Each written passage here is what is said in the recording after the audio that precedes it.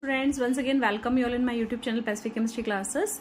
Today we are just going to discuss in short what is the coordinate bond. As we know that in our chemistry there are three types of the bonds. First we are knowing about which bond? Ionic bond. Ionic bond is example. What is the example of ionic bond? We can say our NaCl. Then we can talk about our covalent bond. What are the examples of covalent bond? Wherever you are talking about our carbon compounds, for example methane, everywhere you have the covalent bond like this structure. Okay, so next type of the bond is our coordinate bond, where whenever you start studying about the complexes or your coordination chemistry, there comes an important bond that is known as our coordinate bond. So first let us discuss what is this coordinate bond. So one example of coordinate bond I will show you. This is our NH3 and you have seen this type of the bond. This is our dative bond, hai na? So or it is giving to the BF3. So if you have studied about the Lewis base and Lewis acid, so here our ammonia is a Lewis base and BF3 is a Lewis acid. So this type of the bond is termed as the coordinate bond. But what is this coordinate bond? How it is formed?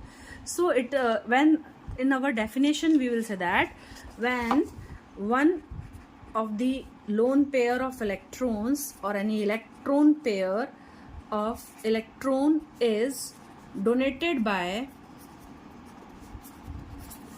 an atom to another atom which lacks, where there is a deficiency, to another atom which lacks. So this type of, so there is a formation of donor acceptor bond. So this is your coordinate bonds definition. So we can see that in our ammonia we have nitrogen and BF3. So what is nitrogen?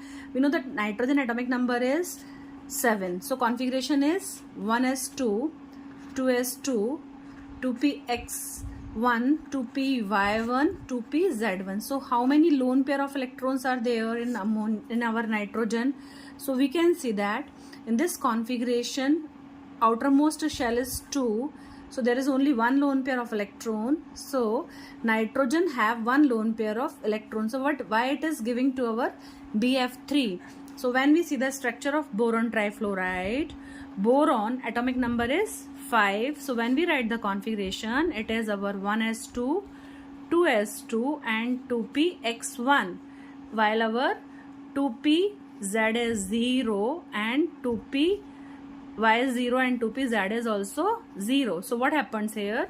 Here also the outermost shell is second one, na? Second is the outermost shell. So what happened? This 2s1 electron is shifted to our 2py. So in the excited state of boron, the configuration is 2s1, 2px1 and 2py1. Clear? So now what happens here? If we see the condition of the boron, it is having the only 3 electrons where it can forms the bond. So here you can see if it is BF3, so fluorine is also having 1 electron. So what happens? 3 fluorine will come and get attached with this molecule. Clear? So it is the BF3. But when we talk about our octet, so you see these 2 electrons, these 2 electrons, these 2, so total is 6.